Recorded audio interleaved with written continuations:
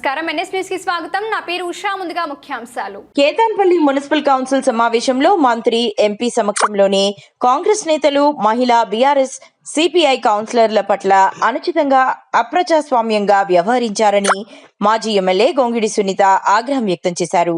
కేతాన్పల్లిలో మహిళా కార్పొరేటర్ల పట్ల జరిగిన అభ్యంతరకర చర్యలను నిరసిస్తూ గొంగిడి సునీత ఆధ్వర్యంలో కార్పొరేటర్లు నేడు సికింద్రాబాద్ బుద్ధ భగవాన్ మహిళా కమిషన్ కార్యాలయంలో ఫిర్యాదు చేశారు.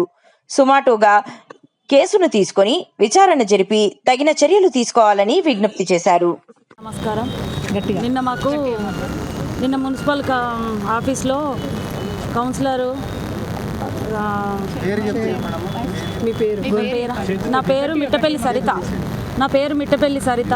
నేను కౌన్సిలర్గా గెలిచాను అక్కడ కేతనపల్లి 22 వార్డు నుండి, కేతనపల్లి మున్సిపాలిటీ నుంచి 22వ వార్డు నుండి కౌన్సిలర్గా గెలిచాను. నిన్న ప్రమాణ స్వీకారం చేశారు. మధ్యలో వాష్రూమ్ అని బ్రేక్ ఇచ్చేసి వాళ్ళ రాక్షస పాలన అంటే అదొక రాక్షస పాలన. ఇక అది ఎంపీ ఉన్నారు, వివేక్ సార్ ఉన్నారు, వంశీ సార్ ఉన్నారు, ఎంఆర్ఓ సార్ ఉన్నారు. వాళ్ళందరి ముందర మమ్మల్ని ఎంత అవమానం అంటది. ఇక అది రాక్షస. మేము అక్కడ మున్సిపాలిటీ ఆఫీస్లో ఉన్నామా లేదంటే ఎక్కడన్నా అడవిలో ఉన్నామా అన్నట్టుగా బిహేవ్ చేసిండ్రు మమ్మల్ని. అంటే చెదరగొడితే ఆడవాళ్ళే కదా, బెదిరిపోతారు. చెదరగొడితే మాది మేము చేసుకోవచ్చు, చైర్మన్, వైస్ చైర్మన్ వాళ్ళను సీట్లలో వాళ్ళు కూర్చోవన్న ఉద్దేశంతో మమ్మల్ని ఎన్ని రకాలుగా మేము మా పర్సన్ని సేవ్ చేసుకోవడానికి కోసం బలవంతంగా లాక్కెళ్ళిపోతుంటే ఎందుకు అట్లా లాగుతున్నారని సేవ్ చేసుకోకపోతే మొత్తం ఇష్టం వచ్చినట్టుగా మమ్మల్ని అందరినీ ఇటు అటు లాగడం, చేయడము, టచ్ చేయడము, అంత అరాచకం అంటే అరాచకము. మీరు అందరు మీడియా మిత్రులారా, మీ అందరికీ దయచేసి మేము మేడం గారికి కంప్లైంట్ ఇవ్వడానికి వచ్చినాం. మేడం ఇలా జరుగుతుంది, మీరు న్యాయం చేయండి అనేసి చెప్పుకోవడానికి, విన్నవించుకోవడానికి వచ్చినాం. మాకు న్యాయం జరుగుతుందని కోరుకుంటున్నాం. సీసీటీవీ ఫుటేజ్ కూడా ఉంది. సీసీటీవీ ఫుటేజ్ వస్తే మాది అన్యాయమా వాళ్ళది అన్యాయమా అందరికీ క్లారిటీగా తెలుస్తుంది. ఎంత ఎవరు ఎట్లా బిహేవ్గా చేసిండ్రో అన్నిది బయటపడతాయి. మీరు సీసీటీవీ ఫుటేజ్ తెప్పియండి, డిమాండ్ చేయండి. మేము అడిగిన దానికి న్యాయం జరుగుతుందని కోరుకుంటున్నాం. పోలీస్ వాళ్ళు వాళ్ళతోనే ఉన్నారు సార్. మమ్మల్ని అరాచకం, మేము లోపల ఆర్తనాదాలు పెడుతుంటే సార్ ఇక్కడ ఏం జరుగుతుంది అంటే పోలీసు వాళ్ళు వచ్చి డోర్లు వేస్తున్నారు. కొట్టుకోనియండి, వాళ్ళు కొట్టుకున్నాక మిగిలితే మాట్లాడదాం లేదంటే లేదు అనేసి వాళ్ళు డోర్లు వేసేసారు. మున్సిపల్ ఆఫీసర్స్ ఉన్నారు. సార్ ఇక్కడ ఏం జరుగుతుంది సార్ అనేసి వాళ్ళని పిలిచిన 2 గంటలు మేము అలా 20 మినిట్స్ గొడవ జరిగింది సార్. 20 మినిట్స్ గొడవ జరిగితే 2 మినిట్స్ టైం ఇచ్చి ఎంఆర్ఓ సార్ 2 నిమిషాలలో గొడవ ఆపేస్తే ఎలక్షన్ ఉంటుంది లేదంటే లేదని చెప్పేసి 2 నిమిషాలు టైం ఇచ్చిండు. అందులో 1 నిమిషంకే ఎలక్షన్ పోస్ట్ పోన్ చేస్తున్నామని చెప్పేసి మాకు ఏం రీజన్ చెప్పకుండా వెళ్ళిపోయిండు. మేము 14 మెంబర్స్ ఉన్నాం సార్. ఎలక్షన్ ఎందుకు చేయరు సార్? ఎందుకు చేయరని మేము అడిగినాం. ఎందుకు చేయరని అంటే అన్నా కూడా మాకు అసలు ఏం ఆన్సర్ ఇవ్వలేదు, వెళ్ళిపోయిండ్రు. మేము అక్కడే ఉండి వి వాన్ జస్టిస్, కలెక్టర్ గారు రావాలి నన్ను ఎంత డిమాండ్ చేసినా మమ్మల్ని ఒక్కరు కూడా 2 గంటలు ఆ రూమ్లోనే ఉన్నాం సార్. మేము ఆ రూమ్లో ఉన్నా కూడా కనీసం వాళ్ళు ఉన్నారు, అసలు మనుషులా వీళ్ళు, అసలు ఉన్నారా, బతికున్నారా లేదా, చచ్చారా అన్న కూడా కనీసం ఆడవాళ్ళం ఇంతమంది ఉన్నాం. అసలు కనీసం వాటరు ఇట్లా మరి అరిచి అంత ప్రాణం పోయే స్థితికి వచ్చేసి మరి వాటర్ కూడా ఇద్దామన్న ఆలోచన లేకుండా ఎంత పాలన అంటే పోలీస్ వాళ్ళు కూడా, లేడీస్ పోలీస్ కానిస్టేబుల్స్ కూడా ఉన్నారు సార్. వాళ్ళు కూడా మమ్మల్ని పట్టించుకోకపోతే మరి ఎందుకు సార్ వీళ్ళంతా?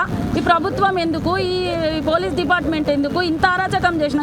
మేము కౌన్సిలర్లం అయి ఉండి మాకే సేఫ్టీ లేకపోతే మామూలు ఆడవాళ్ళ పరిస్థితి ఏంటి సార్? రేపు ఎట్లా వస్తారు? ఇప్పుడు మాకు న్యాయం జరుగుతుందో లేదో తెలుస్తే కదా సార్. ఇప్పుడు మాకే నమ్మకం లేదు, మాకు న్యాయం జరుగుతుందా ఏమవుతుందని. అట్లాంటి మామూలు జిల్లాలు రేపు ఆడవాళ్ళు ఎట్లా వచ్చి మాట్లాడతారు సార్? బయటికి రావడానికి ఎట్లా వస్తారు సార్?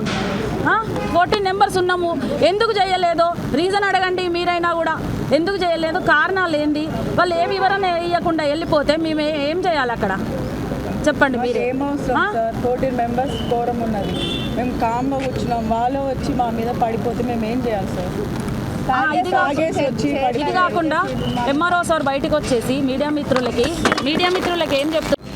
మరి మంచిర్యాల జిల్లాలో కేతాన్పల్లి పురపాలక సంఘం ఎన్నికల సందర్భంగా జరిగిన అరాచకత్వాన్ని ఈరోజు మహిళా కమిషన్ ముందుంచడానికి బీఆర్ఎస్ పార్టీ పక్షాన రావడం జరిగింది. నా పేరు గొంగిడి సునీత, మాజీ ఎమ్మెల్యే, ఆలేరు నియోజకవర్గం, ప్రభుత్వ విప్పుగా కూడా పనిచేస్తున్నాను.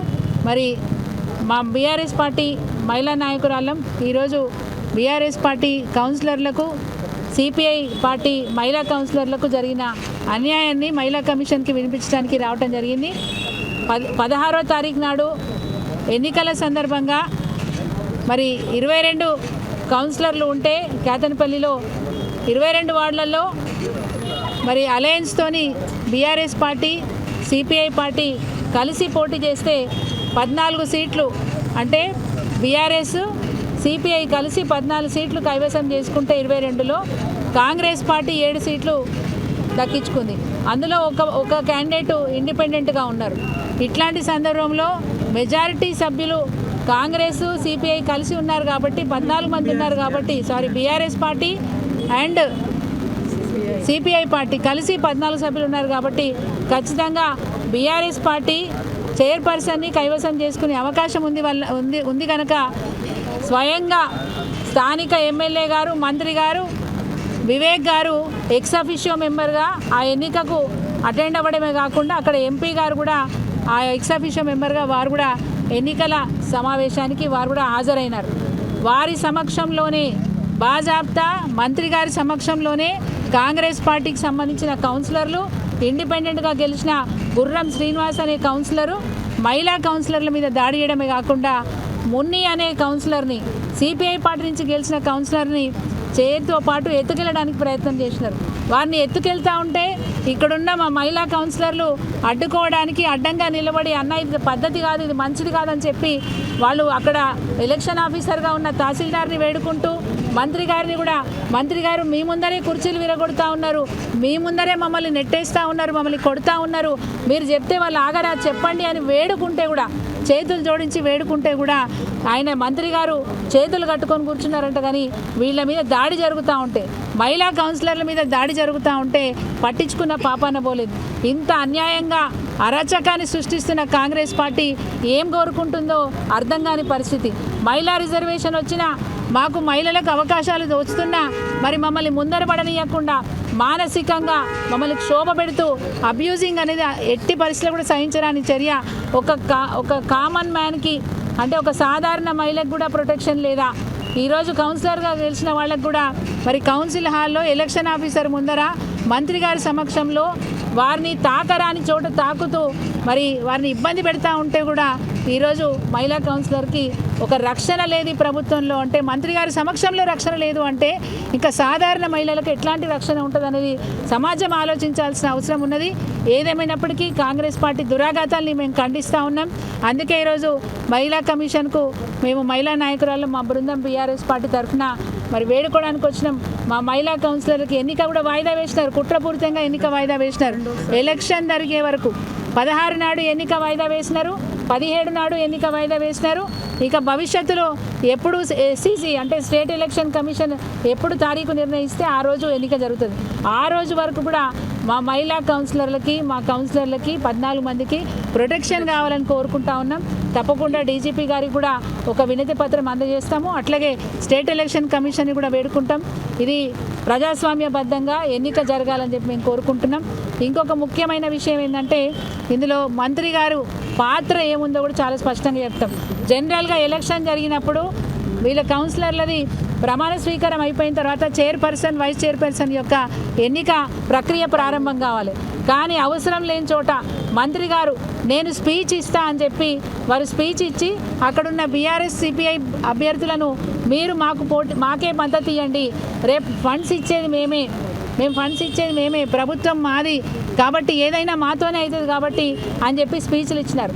స్పీచ్లు అనేది ప్రొసీజర్లో ఎలక్షన్ కమిషన్ రూల్స్కి వ్యతిరేకం, 100% వ్యతిరేకమైన కార్యకలాపాలు స్వయంగా మంత్రి చేపట్టడం కాకుండా వాళ్ళ ముందరనే మంత్రి గారి ముందరనే కౌన్సిలర్ల మీద దాడి జరిగితే కూడా పట్టించుకొని చర్య నిజంగా కూడా హేయమైన చర్య. ఈరోజు మేము దాన్ని ఖండిస్తూ స్టేట్ ఎలక్షన్ కమిషన్ కూడా తప్పకుండా కలుస్తాం, వారిని కూడా వేడుకుంటాం. ఇక్కడి నుంచి డైరెక్ట్గా స్టేట్ ఎలక్షన్ కమిషన్ దగ్గరికి వెళ్తా ఉన్నాం, వారిని వేడుకుంటాం. ప్రజాస్వామ్యబద్ధంగా ఎన్నికలు జరగాలని, అదేవిధంగా మా 14 మంది కౌన్సిలర్లకు పోలీస్ ప్రొటెక్షన్ కావాలని చెప్పి మేము ఖచ్చితంగా అడగబోతా ఉన్నాం. అండ్ మా కౌన్సిలర్లు వాళ్ళ డిమాండ్లు కూడా మేము ముందు ఉంచుతారు. సీసీ ఫుటేజ్లు కూడా ఉన్నాయి, సీసీ ఫుటేజ్లు కూడా ఎలక్షన్ హాల్లో ఉన్నాయి, వాటిని కూడా రికవర్ చేసి దాన్ని బహిర్గతం చేయాలని మేము డిమాండ్ చేస్తూ ఉన్నాం.